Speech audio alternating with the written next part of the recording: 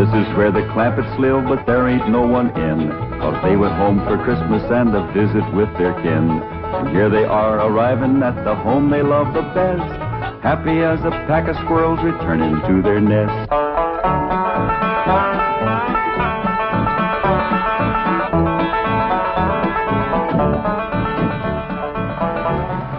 Hi, Thunder Granny, the old place ain't changed a bit. Pretty as ever.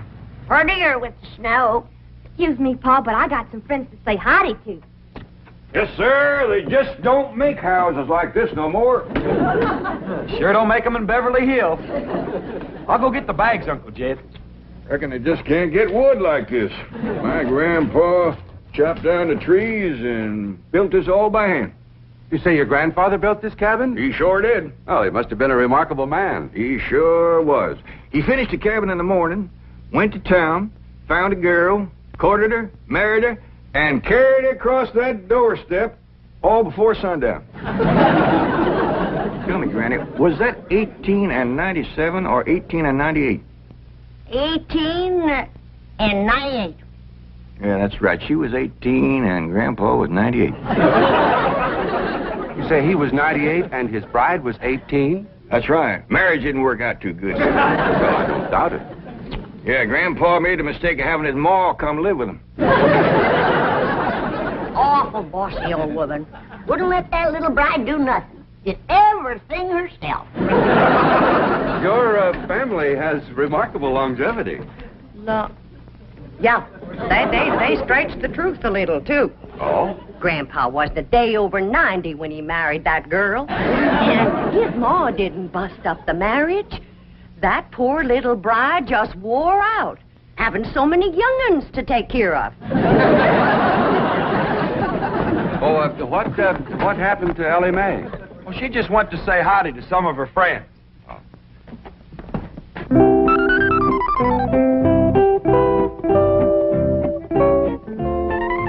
Maggie?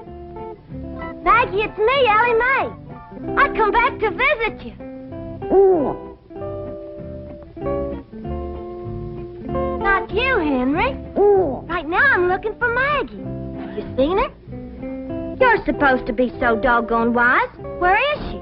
Ooh. Well, Davy Crockett. Say, you're looking bushy as ever. What's the matter? What you scared of? Don't you remember me? Please, Davy, don't run away. Oh, howdy, Mr. Beaver. It's me, Ellie. What you kicking snow at me for?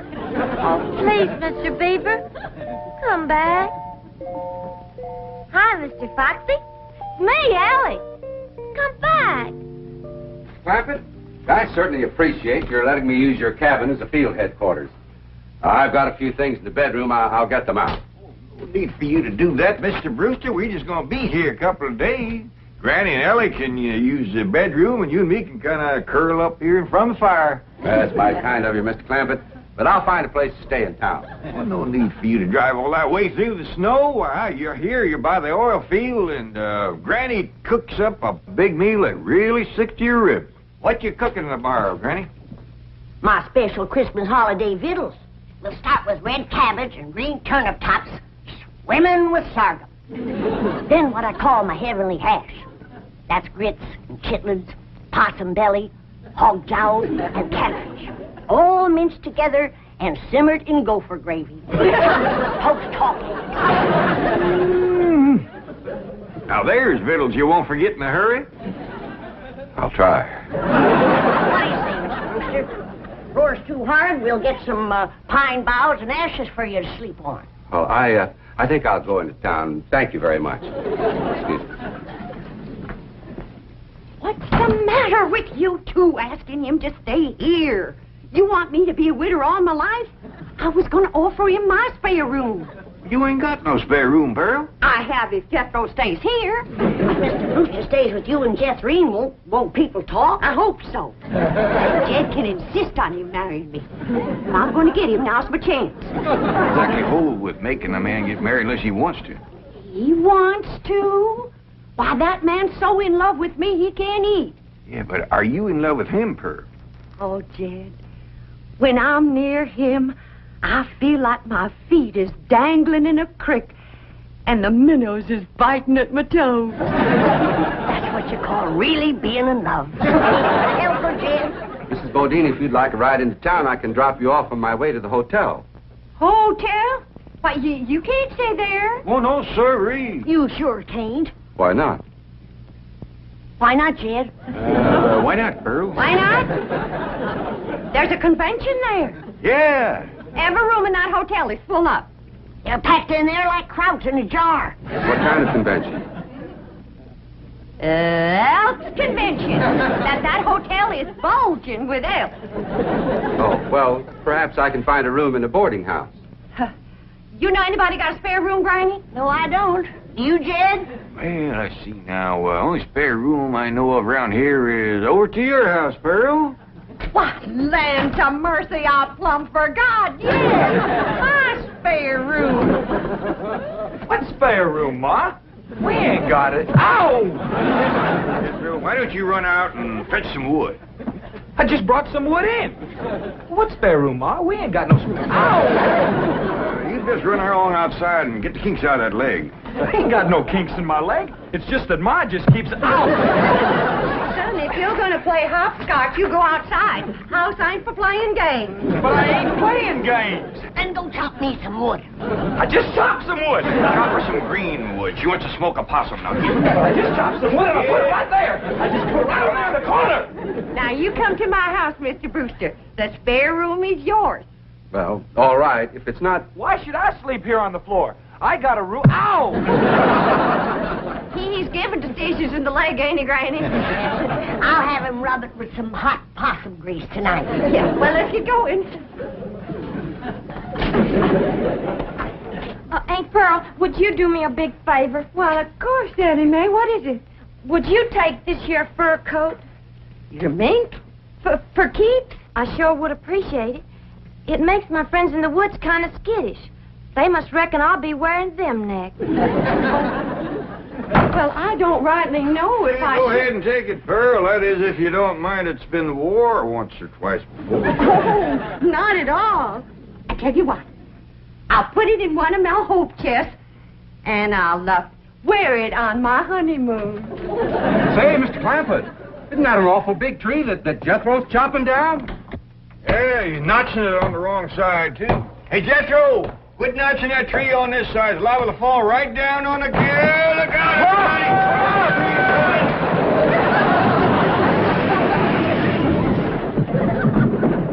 It missed us. Praise the Lord. Well, the tree missed. We can get up now. Well, he might be chopping another one. Let's wait and see.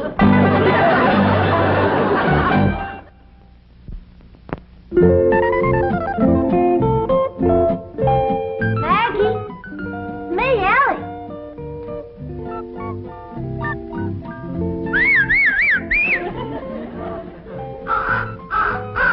Freddie, you old rascal. I know you've seen Maggie. You'll go and get her for me. I'll give you something shiny. What would you like? How about this? Okay? There. Go find Maggie. Nellie. Hi there, Nellie. It's me, Ellie. It's a good thing you didn't see me in that mink coat. You might have got riled at me. There's one friend I don't want riled. It's you. Maggie, I knew Freddie would find you. Maggie, I'm so happy to see you. I told you I'd come and visit you, and here I am. Ellie Mae, where are you? Over here, Paul. Now, don't you be scared of Paul. He won't hurt you none. Oh, now, who's this? This here's my old friend Maggie. You remember her? Sure I do. Howdy, Maggie. Say, Ellie, we's all going over to Aunt Pearl's for supper. And after supper, we's all going over to that movie picture theater where Pearl works. Well, I'd heap rather stay here. Well, Pearl says there's going to be a brand new picture from Hollywood called Ben-Hur. Well, who's in it? According to Pearl, it's got the two biggest actors there is, Francis X. Bushman and Raymond Navarro. I'd still rather stay here, Paul. Now, we's all supposed to kind of surround Mr. Brewster and brag on Pearl's piano playing during the picture. Well, Jethro can brag extra for me. Jethro ain't gonna be there. He just sit there all night and complain about Mr. Brewster having his room. Oh, come on, Ellie. Don't you want to help Pearl get a husband? Okay, Paul. Bye, Maggie. Well, Paul, ain't you gonna kiss Maggie goodbye? I don't reckon so. Her husband might not like it. Come on, Ellie.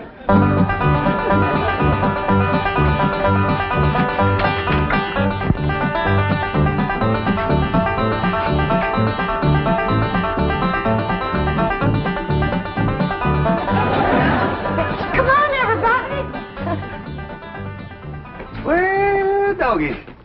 Jethrine, there's a picture of your ma. Yeah, it says, in person, Pearl Bodine, Wizard of the Keyboard. That means Pianny. Hey, your name is as big as Ben-Hur's. I begged the manager not to put that up, but he says it's a drawing card. My playing during the picture. During the picture. But don't you have sound?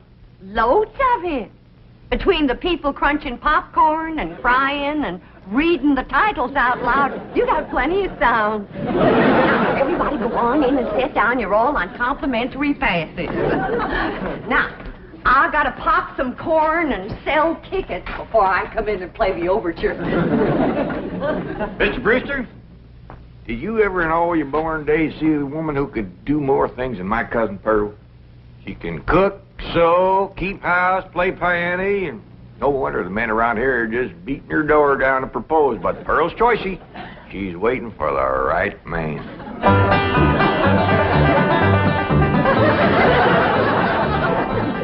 Here's some St. Pearl.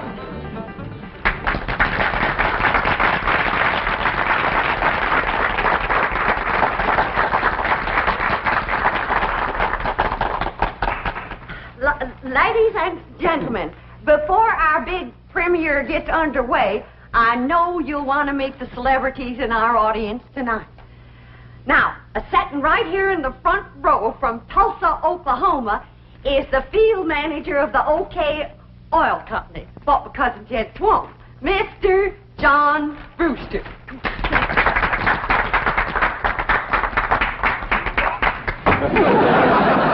Who's that tomato? Come on.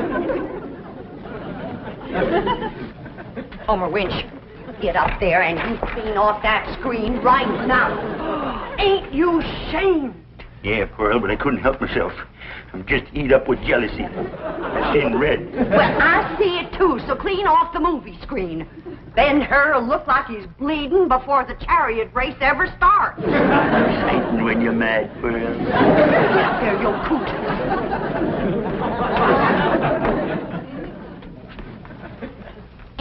And now, folks, you're going to meet a real live millionaire and his family all the way from Beverly Hills, California. Your friends and my kinfolk, the Clampets. Jed, Granny, Ellie Mae.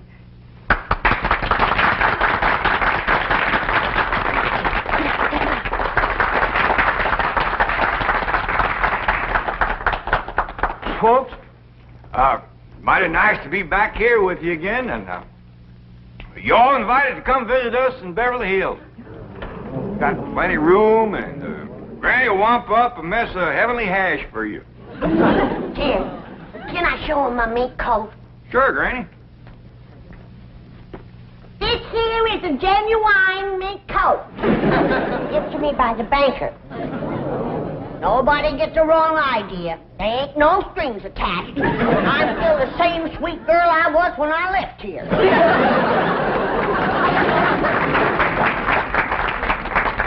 And now, folks, I got a real big surprise for you.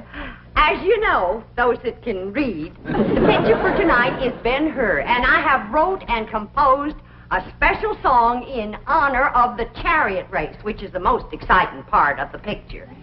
And this here special song is going to be sung by my daughter, Jethrine. Say goodbye, Jethrine.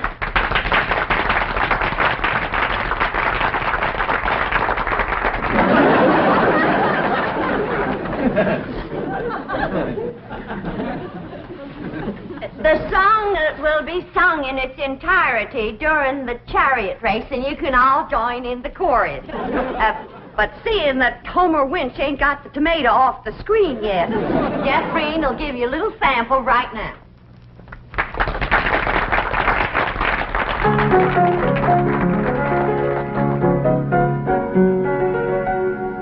A mighty long time ago, couple of thousand years, in a town named Rome, which is far away from here, a feller named Ben-Hur lived and went to school, and that young feller was a chariot driving fool. Drive them horses, Ben, Ben, drive them horses, Ben, drive them horses fast, Ben, drive them for to win. Don't let that other rascal get ahead of you, or he'll win the race, and that'll never do. That's enough for now, Jeffrey.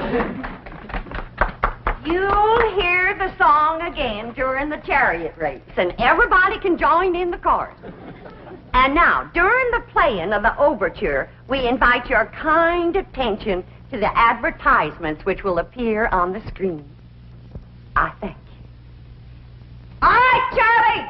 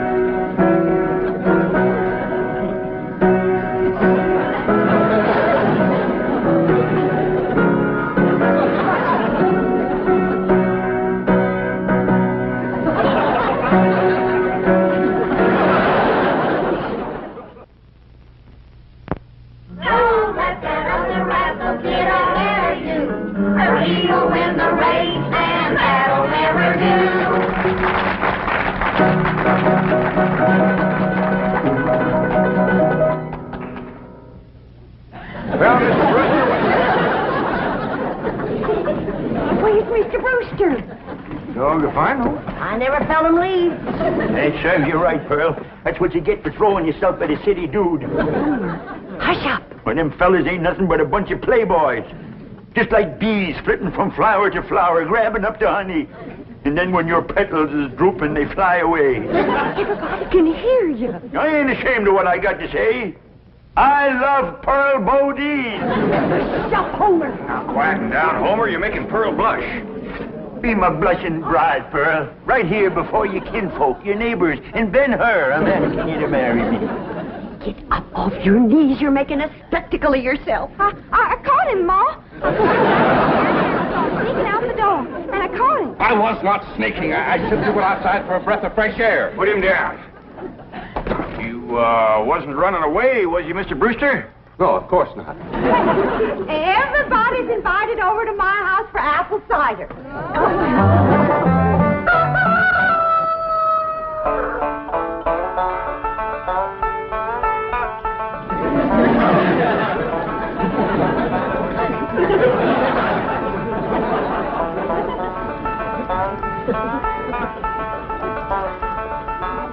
Ed, wake up. Ted, you too, Jethro. Come on now, get out from underfoot, both of you. Granny, we was up late last night. Yeah, Granny, we were asleep. It ain't what you want that makes you fat, it's what you get. Getting up off that floor.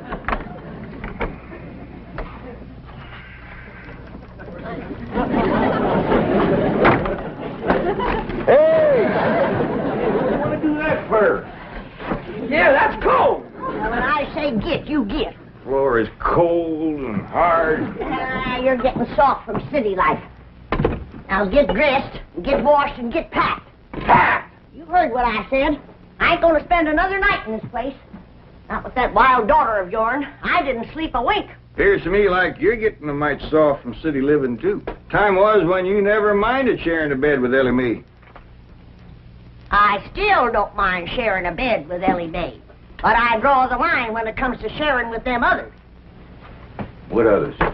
Well, there was an owl, and a squirrel, a crow, and a fox, a possum, and a skunk, and a porcupine. Well, I'll go in and speak to Ellie Mae. I wouldn't go in there if I were you unless you want them flannels took right off you. What are you talking about? You know where my mink coat is right now? Where? In the top of a tree, full of baby eagles. Their mama and me fought for nigh on to 10 minutes for that coat. But with them claws on her, she could get a better purchase on it. Took it right out the window. You been at your rheumatism medicine. I ain't about to swallow no story about Uncle an Sam, Granny, a great big old eagle just snatched the hat right off my head. See what I told you? When a mama eagle wants to keep her babies warm, she'll grab anything. Somebody better help Ellie Mae hang on to her blankets, because that rascal just flew in her window. Frida, you hadn't ought to took Jethro's hat. Never mind about Jethro's hat. Ask her to bring back Granny's mink coat. Only if she wants to, of course. Frida, you bring back Granny's mink coat. And if she's took any suitcases, see if you can get them back, too. We's packing up. Sit down. Oh, excuse me.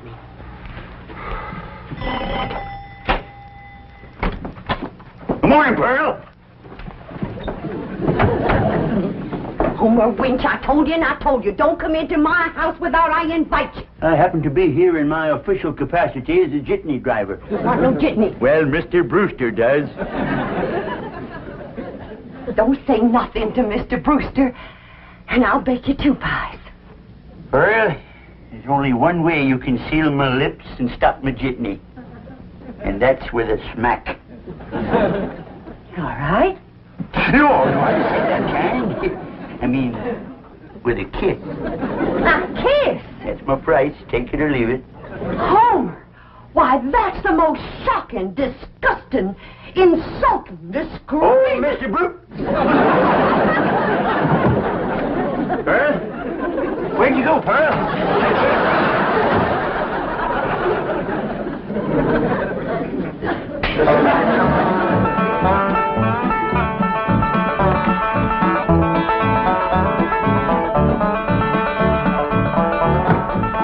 Ma's coming, and boy, is she a driver. She must have heard we was leaving. Without getting her married to Mr. Brewster. I reckon we's in for considerable bawling. Ain't nobody can outcry Ma when she commences to gushing. Pearl? I reckon you's heard we's going back to Beverly Hills. Oh, now, Pearl, you's bawling already. Don't worry, Pearl. You'll get a feller. Yeah, come on back to Beverly Hills with us. I can't. All right, Pearl, all right. I can't fight a woman's tears. We'll stay here until you marry Mr. Brewster. Yeah, Ma, and I'll be your best man. And you can wear that beautiful mink coat on your honeymoon. Pearl, what are you crying about now? The mink coat. What about it? I was driving down the road and a great big eagle took it right out of my lap. Don't you worry. Ellie Mae! Yeah, Pop? You shinny up that tree and tell that grabby eagle to give you back that mink coat for Pearl's honeymoon, or she ain't no friend of yours. Only if she wants to, of course.